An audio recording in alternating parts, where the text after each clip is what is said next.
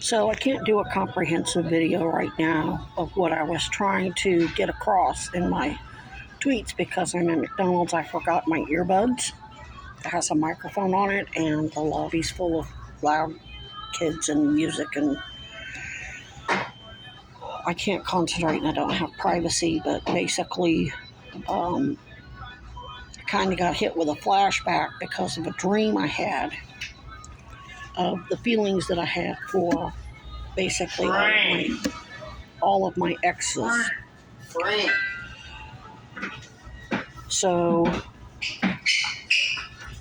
what I was trying to say is they were, all of whom, like Diddy, were supposed to be bringing out the best in people.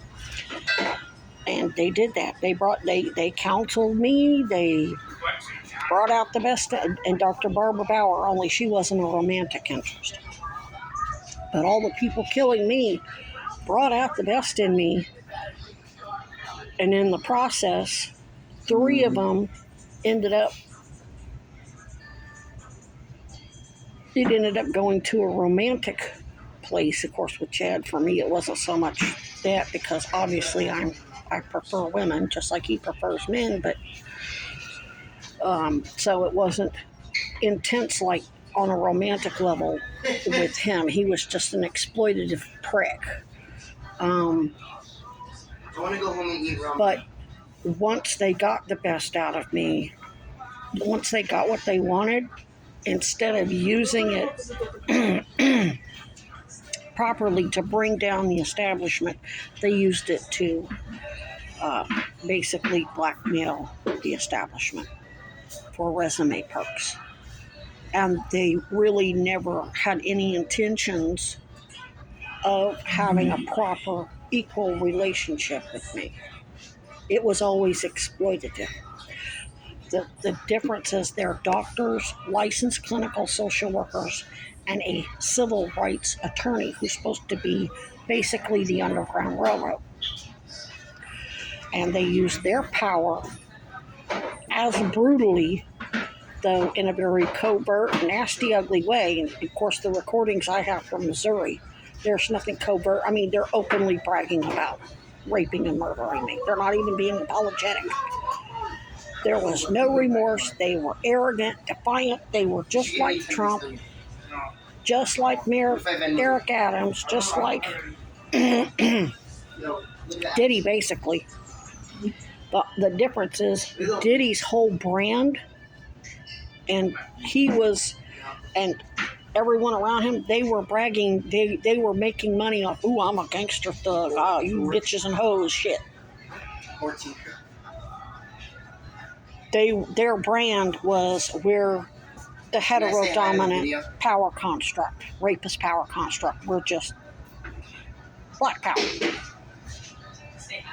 Can I say hi to the video?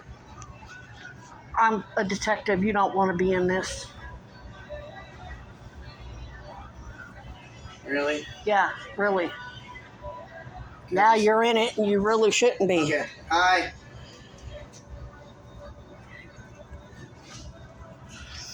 So anyway, the point was, this is what I'm talking about. White privileged assholes being assholes. And this is the new generation. Getting slick out their mouths and being stupid in a McDonald's.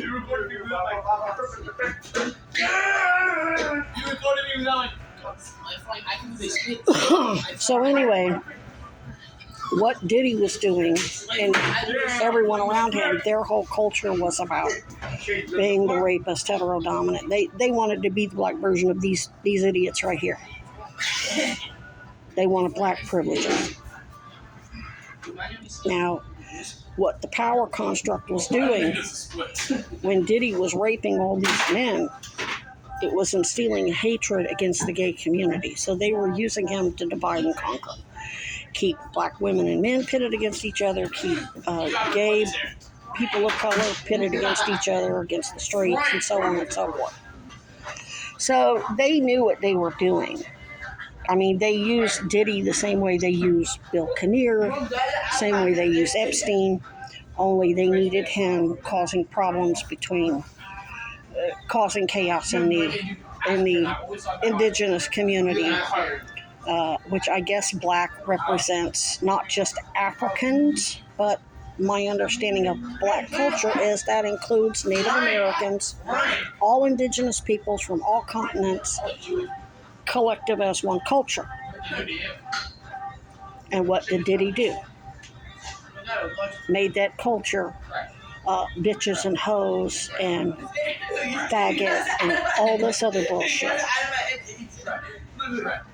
All this other crap that came out of it was,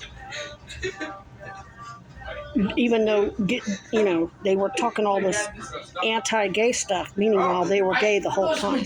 And so that makes the gay, then what that does is, so they're trying to make Diddy represent the entire gay community. Diddy doesn't represent the entire gay community any more than he represents the entire indigenous colored community, whether it's Native American, Australian Aboriginals, or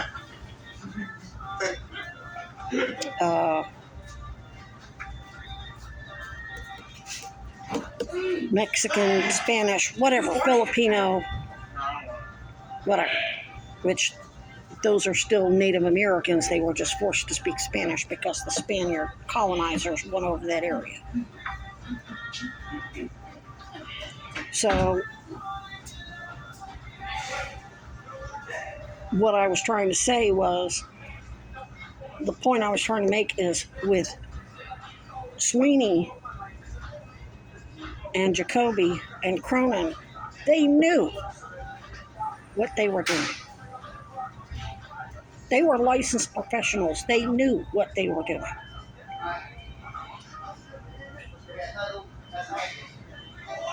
They brought the best out of me and made me who I am. They got my compass pointing true north.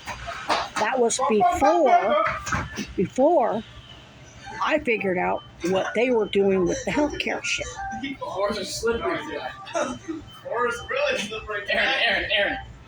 I hadn't told Chad what happened at his dad's hospital with those doctors before he started training me properly.